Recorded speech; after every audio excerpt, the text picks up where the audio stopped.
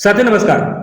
प्राचीन इतिहास का सीरीज चल रहा है। अध्याय 2.4 आज है, यानी 3 वीडियो प्राग ऐतिहासिक काल से संबंधित अपलोड हो चुके हैं। जाके देख लीजिए। स्टैटिक जीके है, ऑल एग्जाम में, ऑल कॉम्पिटेटिव एग्जाम में काफी महत्वपूर्ण क्वेश्चन है, इसको मिस नहीं करना दोस्तों। आइए प्रारंभ करते हैं। आज का पहला क्वेश्चन है, नवपाषाण काल के लोग अपने घरों की दीवारों और छतों को बनाने के लिए किसका प्रयोग करते थे? तो ये ऑप्शन बी सही होगा। इसमें गीली मिट्टी, सरकंडा और फूस की घास। देखिए वे इससे क्या करते थे? चौकोर झोपड़ियां बनाते थे। चलते आगे। अगला प्रश्न है, इतिहास को प्रागैतिहासिक, आद्यैतिहासिक और ऐतिहासिक काल में से किसने विभाजित किया था? तो ये विभाजित किया था क्रिस्टियन जर्गेस थॉमसन, यानी ऑप्शन बी सही होगा। इसमें देखिए, थॉमसन ने कोपनहेगन संग्रहालय की वस्तुओं के आधार पर मानव इतिहास का त्रियुगीन विभाजन किया था। चलते आगे। अगला प्रश्न है, पाषाण काल को मुख्य रूप से कितने भागों में बांटा गया है? तो ये कितने भागों में बांटा गया है? पाषाण काल को 3 भागों में बांटा गया है। पत्थर के औजार के विकास के आधार पर इसे पूरा पाषाण काल, मध्य पाषाण काल और नवपाषाण काल, ये 3 भाग में बांटा गया है। चलते आगे। अगला प्रश्न है, मानव इतिहास का सबसे लंबा कालखंड कौन सा रहा है? तो मानव इतिहास का सबसे लंबा कालखंड रहा है पूरा पाषाण काल।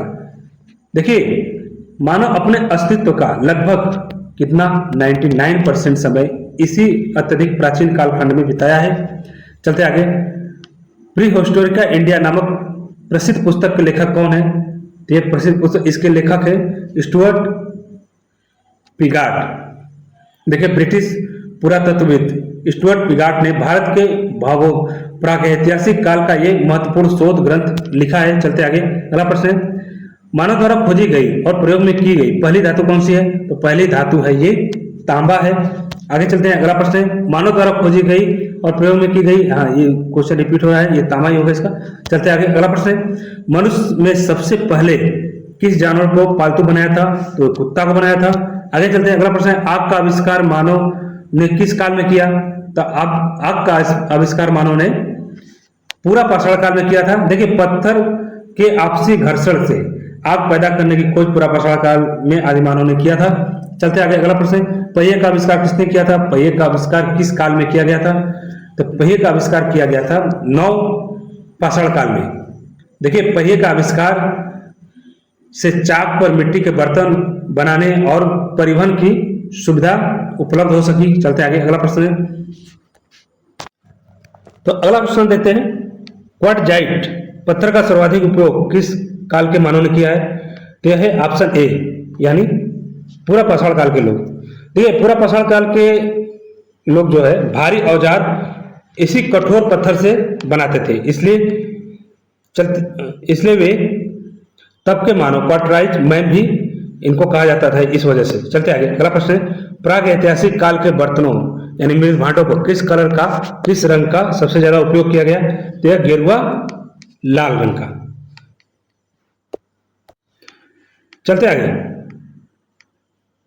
अगला प्रश्न है, भारतीय उपमहाद्वीप में भूगर्भ वैज्ञानिक सर्वेक्षण GSI की स्थापना कब हुई? यह हुई थी स्थापना 1851 ईस्वी में। आगे चलते हैं। अगला प्रश्न है, पुरातात्विक साक्ष्य के अनुसार भारत में मानव का सबसे प्राचीनतम निवास स्थान कहां पाया जाता है?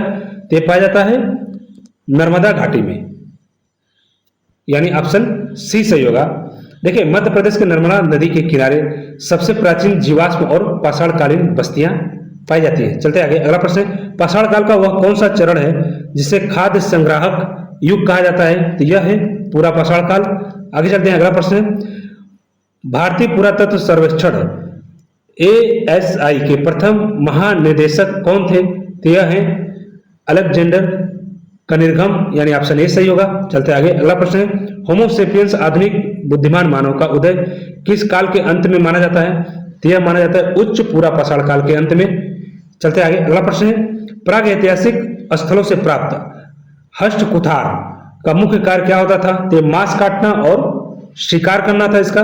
आगे चलते हैं, भारत का कौन सा क्षेत्र प्राग ऐतिहासिक शैल चित्र कला के लिए दुनिया भर में प्रसिद्ध हुई? तो यह है भीमबेटका की गुफाएं। आगे चलते हैं। अगला प्रश्न है, भीमबेटका की प्राग ऐतिहासिक गुफाओं की खोज किसने की थी? तो इसकी खोज की थी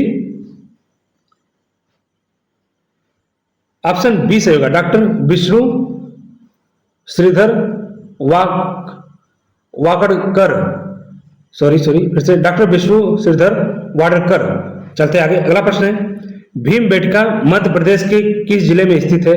तो मध्य प्रदेश के ऑप्शन सी देखिए रायसेन जिले में।